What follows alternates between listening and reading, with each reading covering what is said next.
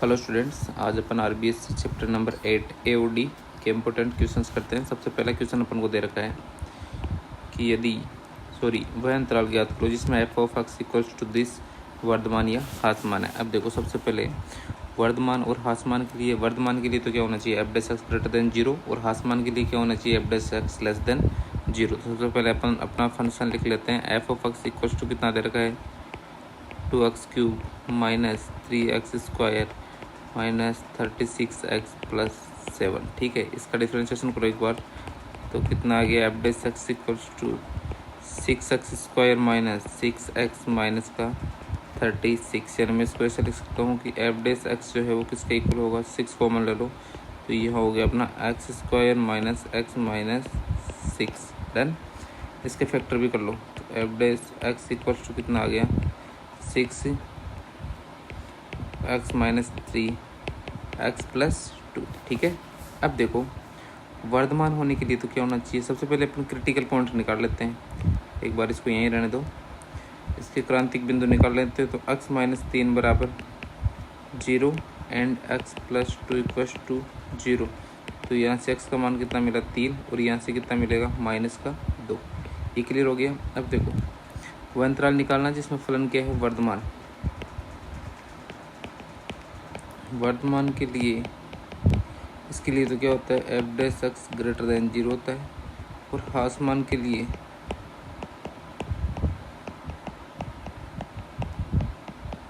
F dash x जो है वो क्या होता है, लेस देन 0। अब अपन क्या करेंगे, नंबर लाइन पे इन दोनों नंबर्स को मेंशन करेंगे। तो इन्फिनिटी माइनस इन्फिनिटी, ठीक है, इन्फिनिटी माइनस इन्फिनिटी, तो -2 कहाँ आएगा, यहाँ आएगा, तो प्लस का 3 कहाँ आएगा, यहाँ।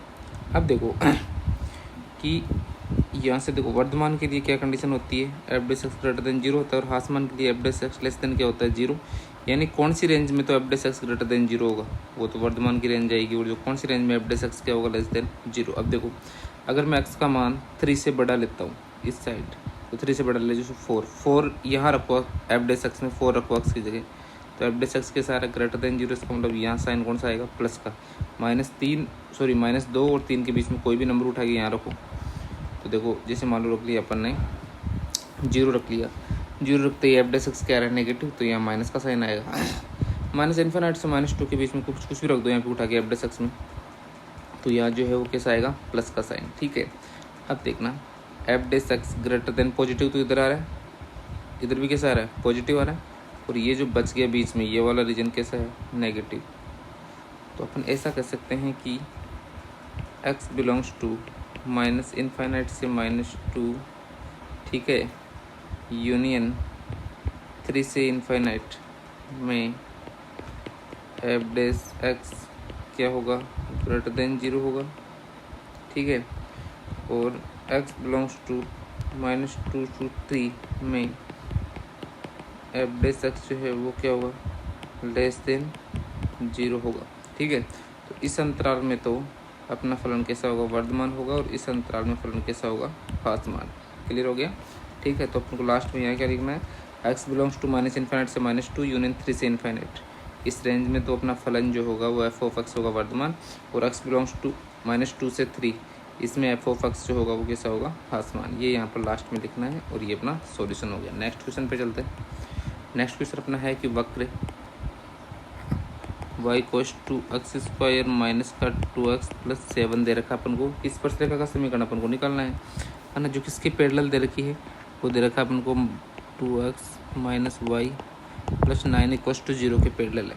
यानी देखो दोबारा से रिपीट कर रहा हूँ, वक्र y कोस 2x² माइनस 2x+7 की इस स्पर्शरेखा का समीकरण निकालना है जो इसके पैरेलल है। तो अपन एक काम करते हैं, जो भी स्पर्शरेखा का, इस वक्र पर जिस भी स्पर्शरेखा का समीकरण निकालना है वो किसके पैरेलल है, इस लाइन की। इसका मतलब इस लाइन का, इस वाली लाइन का स्लोप, और जो रिक्वायर्ड लाइन है यानी जिसकी इक्वेशन अपन को निकालनी है उसका स्लोप, दोनों का स्लोप क्या होगा, सेम होगा। क्लियर हो गया। ठीक है, तो इसका स्लोप निकालो यहाँ से। तो इसका स्लोप निकालने के लिए मैं इसको ऐसे लिख दूँ, तो y कोस 2mx+c में कन्वर्ट हो गया ना, तो बताओ m का वैल्यू कितना आ गया, 2 आ गया। क्लियर हो गई बात। अब एक काम करता हूँ, मैं यहाँ से स्लोप निकालता हूँ, यानी यहाँ से स्लोप क्या होता है, dy/dx इक्वल्स टू कितना हो जाएगा, 2x - 2, और dy/dx क्या होता है, स्लोप ही होता है ना किसी पॉइंट पे, तो वो कितना m इक्वल्स टू 2 उठा के यहाँ रख दूँ, यानी डिवाइड बाई डी एक्स जो एक तरीके से एम का वैल्यू है, तो ये हो जाएगा अपना 2 इक्वल्स टू 2 एक्स माइनस 1, ये इससे कैंसिल आउट हो गया 1 टाइम, तो एक्स इक्वल्स टू कितना आ गया अपना 2 आ गया। क्लियर हो गई ये बात? ठीक है, एक्स इक्वल्स टू 2 आ गया, तो एक्स का वैल्यू 2 इक्वेशन नंबर 1 में रख दो। Put x equals to 2 in equation number 1, तो कितना हो जाएगा y इक्वल्स टू 2 का स्क्वायर माइनस 2 इंटू 2 प्लस 7, कितना हो गया 4 माइनस 4, तो y कोऑर्डिनेट कितना आ गया 7 आ गया। यानी एक पॉइंट आ गया अपने पास, और वो पॉइंट क्या आ गया, जैसे मान लो वो पॉइंट P है जिस पर अपन को स्पर्शरेखा निकालनी है, तो पॉइंट P का जो x कोऑर्डिनेट है वो तो कितना आ गया 2, और y कोऑर्डिनेट कितना आ गया 7, तो ये आ गया 2,7। समझ में आ गई? तो स्पर्शरेखा का समीकरण क्या होगा,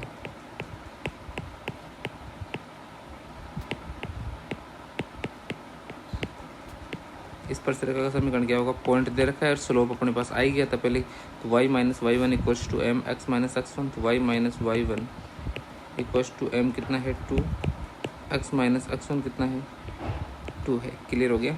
अब इसको सिंप्लीफाई कर लो, y minus 7 equals to 2x minus 4, यानी मैं इसे कह सकता हूँ 2x minus y plus 3 equals to 0, ये स्पर्शरेखा का समीकरण होगा। ठीक है, नेक्स्ट क्वेश्चन देखते हैं। एक करेक्शन कर लेना, यहाँ पे आएगा 3/4 है। ठीक है, अपना क्वेश्चन क्या दे रखा है अपन को दे रखा है कि कोई वक्र है y equals to sine square x, है ना, कि किसी बिंदु इतना पर अभिलंब का समीकरण निकालना है। इस बिंदु को मान दो, इसको P नाम दे दो, तो π/3, 3/4, इस पर अपन को अभिलंब का समीकरण निकालना है। ठीक है, सबसे पहले इस पर अपन क्या करेंगे, अभिलंब का समीकरण निकालने के लिए देखो एक पॉइंट तो अपन को दे रखा है क्वेश्चन में। अब क्या चाहिए अपन को, अभिलंब का क्या चाहिए, प्रवणता चाहिए। तो अभिलंब की प्रवणता निकालने से पहले अपन डायरेक्ट अभिलंब की प्रवणता नहीं निकाल सकते, तो पहले स्पर्शरेखा की प्रवणता निकाल लेते हैं, और स्पर्शरेखा की प्रवणता निकालते ही अपन अभिलंब की प्रवणता निकाल ही सकते हैं। ठीक है, कैसे निकाल सकते हैं, m1 m2 इक्वल्स टू -1 होता है ना। ठीक है ना, अब देखो यहाँ से अपने अभिलंब की प्रवणता निकालेंगे तो क्या करेंगे, dy/dx 8.π/3, 3/4 इक्वल्स टू, ये कितना हो जाएगा 2 sin x cos x।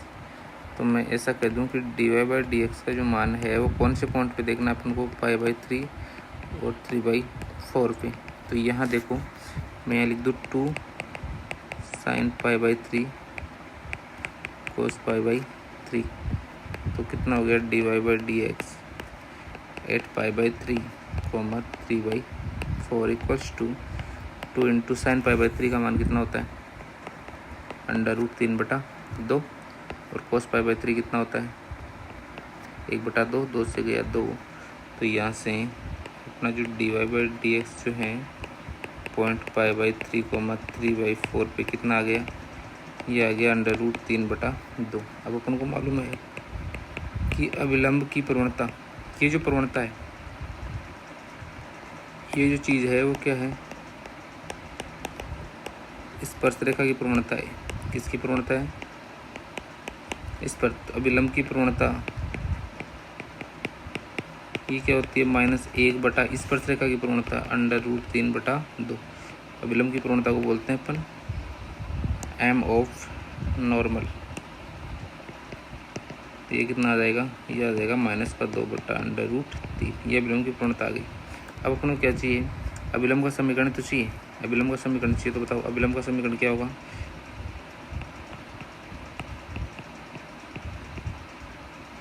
अभिलंब का समीकरण कितना हो जाएगा, y माइनस y1 कितना है 3/4, y माइनस y1 कितना है 3/4 इक्वल्स टू अभिलंब की प्रवणता कितनी है -2/√3, x माइनस x1 कितना है π/3। ठीक है, ये अपना आंसर होगा। इसको और सिंप्लीफाई कर लेना आगे क्रॉस मल्टीप्लाई करके। ठीक है, नेक्स्ट क्वेश्चन पे चलते हैं। अपन को दे रखा है कि एक घनाकार संदूक के आयतन की गणना में प्रतिशत त्रुटि ज्ञात करनी है, जबकि घन की कोर की लंबाई में त्रुटि कितनी होती है, 5% होती है। यानी एक घनाकार संदूक के आयतन की गणना में प्रतिशत त्रुटि निकालनी है, जबकि कोर की लंबाई में त्रुटि कितनी देर की है, 5%। ठीक है, तो देखते हैं अपन कैसे सोल्व करेंगे इसको। तो सबसे पहले अपन देखो अपन लोग क्वेश्चन में क्या दे रखा है, अपने घन की कोर की जो लंबाई है वो तो x यूनिट मान लो और उसका आयतन मान लो v।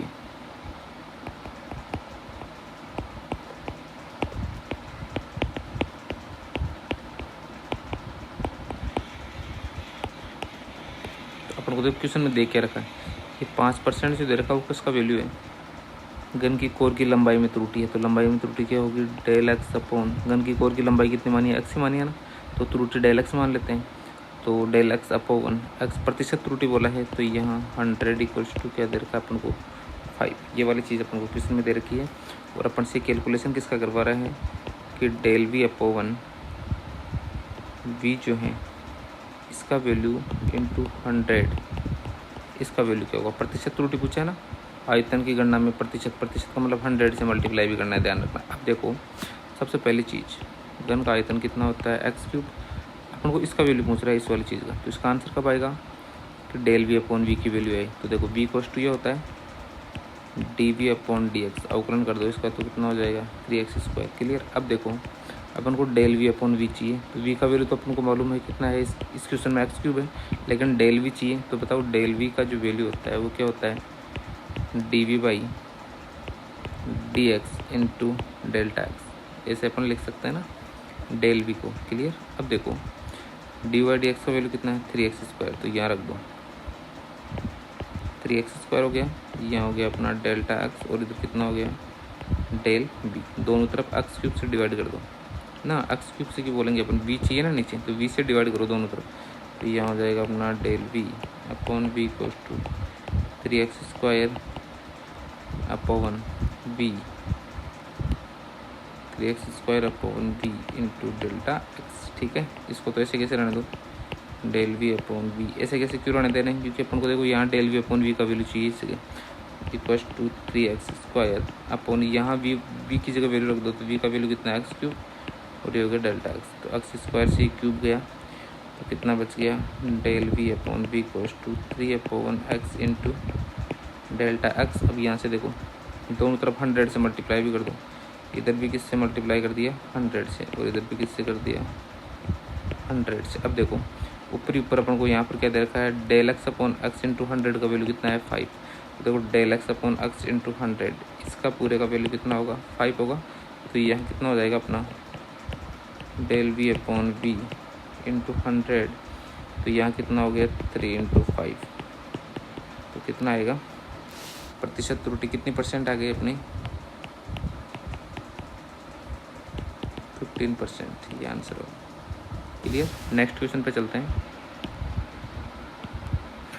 नेक्स्ट क्वेश्चन अपना दे रखा है सिद्ध कीजिए कि दी गई तिर्यक ऊंचाई और महत्तम आयतन वाले शंकु का अर्धशीर्ष कोण इतना होता है। ठीक है, तो देखो यहाँ से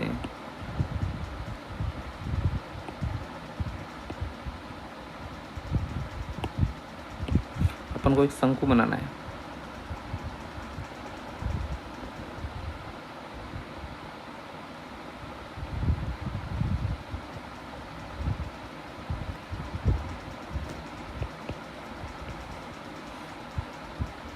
ये शंकु की हाइट हो गई। इसने बोला दी गई तिर्यक ऊंचाई, ठीक है, ये तिर्यक ऊंचाई मान लो कि इसकी L है, हाइट इसकी मान लो H है और ये इसका आधार की त्रिज्या है OC या OB, ये मान लो आप स्मॉल r है।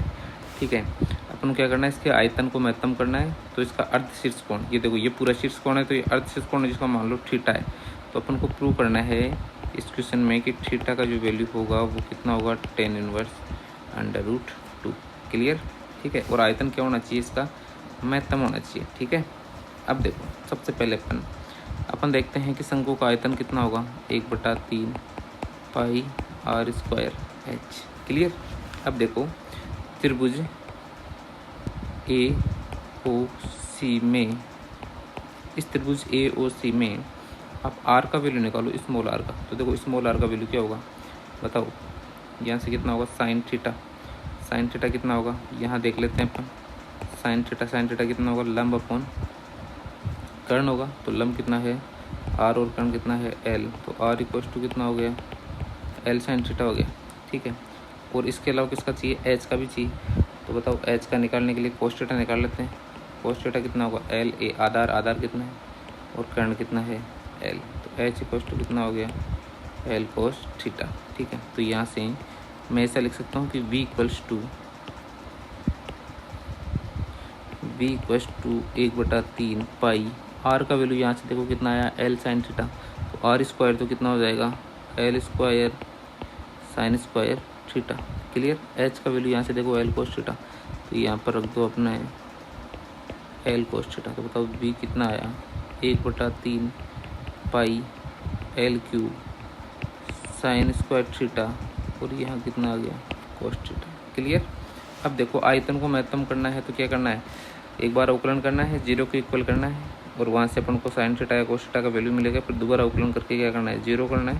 ठीक है, डबल डिफ्रेंसिएशन करना है। ठीक है, तो अपन सबसे पहले क्या करेंगे, एक बार अवकलन करेंगे, एक बार लघु अवकलन करके किसके इक्वल करेंगे, 0 की। तो देखो dv/d थीटा कितना हो जाएगा अपना, dv/d थीटा हो गया 1/3 पाई l क्यूब। सबसे पहले इसका डिफ्रेंसिएशन कर लो तो कितना हो जाएगा, 2 साइन थीटा, और यहाँ cos theta into cos theta कितना हो गया, कोस स्क्वायर थीटा। क्लियर। ठीक है, फिर देखो प्लस साइन स्क्वायर थीटा, वैसे कैसे रहने दो, कोस का क्या हो गया, माइनस साइन, तो यहाँ पर साइन जो है वो किसका आएगा, माइनस का आएगा इसीलिए, तो यहाँ हो जाएगा अपना minus sine cube theta. Clear. ये इक्वेशन नंबर अपना 1 हो गया।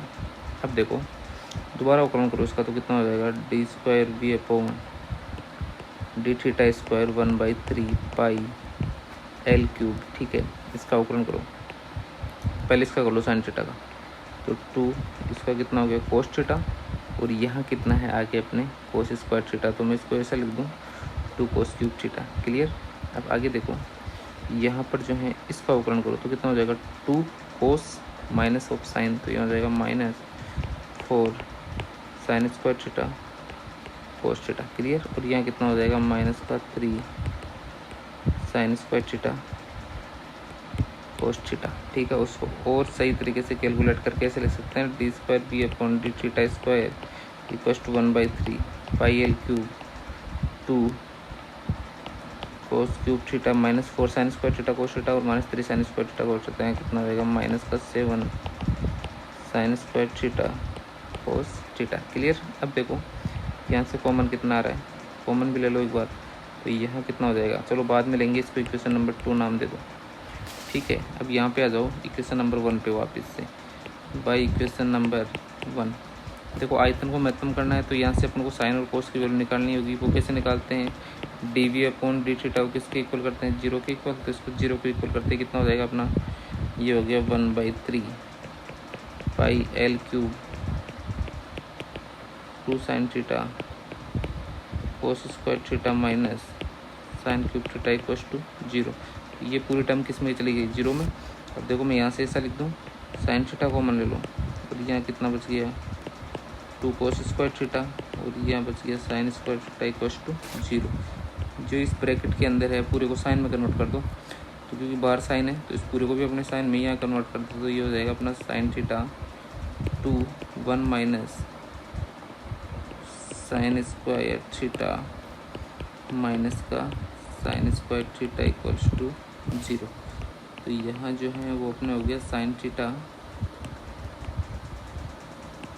ये हो गया अपना साइन थीटा 2 × 1 हो गया -2 और माइनस का sine square theta equals to 0। अब देखो यहाँ से दो चीज़ों का प्रोडक्ट क्या है, 0 है, तो या तो साइन थीटा 0 रहा होगा, साइन थीटा की वैल्यू कितनी आ गई, 0, और या फिर साइन थीटा का वैल्यू कितना आ गया, ये आ गया अपना √2/3 आ गया। ठीक है, तो यहाँ से अपन कोस थीटा भी निकाल सकते हैं। ठीक है ना, तो बताओ कोस थीटा कितना होगा, कोस थीटा होगा हो जाएगा 1/√3, कोस थीटा कितना होगा 1/√3। क्लियर हो गया, साइन और यहाँ से कोस की वैल्यू आ गई। अब देखो अपने पास जो साइन थीटा का वैल्यू है वो कितना है, साइन थीटा इक्वल्स टू है √2/3, और अपने यहाँ से कोस निकालेंगे, कोस थीटा इक्वल्स टू कितना आएगा 1/√3, ये है ना। अब देखो अपन को आयतन को क्या करना है, महत्तम करना है, तो d²v/1 d थीटा स्क्वायर। ठीक है, इसका वैल्यू अपन को दे रखा है इक्वेशन नंबर 2 में, अभी पीछे था ना इक्वेशन नंबर 2 में, तो तो उसमें जब अपन साइन थीटा की जगह तो ये रखेंगे और कोस थीटा की जगह ये रखेंगे, ठीक है। तो भाई कैलकुलेशन ये जो आएगा वैल्यू वो आएगा नेगेटिव। किसका वैल्यू नेगेटिव आएगा? D square v upon d theta square, जिसको अपन ने थोड़ी देर पहले इक्वेशन नंबर 2 नाम दिया था, वो साइन और कोस की फॉर्म में था ना, 1/3 पाई एल क्यूब, फिर ब्रैकेट में है ना, जहाँ भी साइन और कोस थे वहाँ ये साइन और कोस दोनों की वैल्यू रखेंगे। तो d square v upon d theta square कैसा आएगा? नेगेटिव आएगा। नेगेटिव आ रहा है, इसका मतलब मैं इसको ऐसा लिख सकता हूँ, d square v upon d theta square less than 0। इसका मतलब क्या हुआ कि साइन थीटा इक्वल्स टू √2/3 है ना, ये अपने से कह सकते हैं कि कोस थीटा इक्वल्स टू 1/√3 पर d square v upon d theta square less than 0 है। अतः आयतन क्या होगा? महत्तम होगा। क्लियर हो गया? आयतन क्या होगा? महत्तम होगा। तो देखो साइन थीटा इक्वल्स टू कितना है? √2/3 और कोस थीटा कितना है? 1/√3। तो टेन थीटा कितना हो जाएगा? साइन बाई कोस से टेन थीटा हो जाएगा अपना साइन अपॉन कोस, यानी ये हो गया √2/√3 1/√3। तो कितना आ गया? √2। तो थीटा इक्वल्स टू कितना आ गया? tan inverse √2। थीटा क्या था? अर्ध शीर्ष कोण तो था, देखो अर्ध शीर्ष का आधा कोण ही तो थीटा माना था मैंने, और इसका वैल्यू कितना आ गया? tan inverse √2। ठीक है, नेक्स्ट क्वेश्चन पे चलते हैं। देखो नेक्स्ट क्वेश्चन अपना क्या है, ऐसी दो धनात्मक संख्या x और y अपन को ज्ञात करनी है जिनका योग तो कितना है? 60 है, ठीक है। यानी अपन को x प्लस वाई कोष्ट तो कितना दे रखा है? 60 दे रखा है। और एक्स वाई क्यूब का वैल्यू क्या है? अधिकतम है, ठीक है। एक्स वाई क्यूब का वैल्यू कितना है? अधिकतम। तो p मान लेता हूँ एक्स वाई क्यूब को। तो एक्स वाई क्यूब ये क्या है? मैक्सिमम है। तो एक्स वाई क्यूब मैक्सिमम दे रखा है, तो इसको किसके इक्वल माना? p के इक्वल माना। तो अब अपन क्या करेंगे कि या तो इक्वेशन नंबर 1 से x की वैल्यू उठा के यहाँ रख दो, या इक्वेशन नंबर 1 से y की वैल्यू रख दो, पर x के रखेंगे तो ज़्यादा ईजी रहेगा, है ना। तो by equation 1 x equals to कितना हो गया? 60 माइनस वाई, ये उठा के यहाँ रख दो इस जगह, ये उठा के और यहाँ पुट कर दो इस जगह। तो कितना हो जाएगा बोलो?